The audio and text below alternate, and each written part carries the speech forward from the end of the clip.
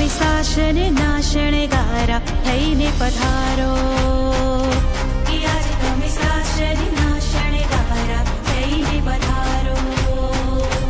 હે રૂમ ઝુમ આવો, પાવન પગલા પાડો, આંગણે પધારો.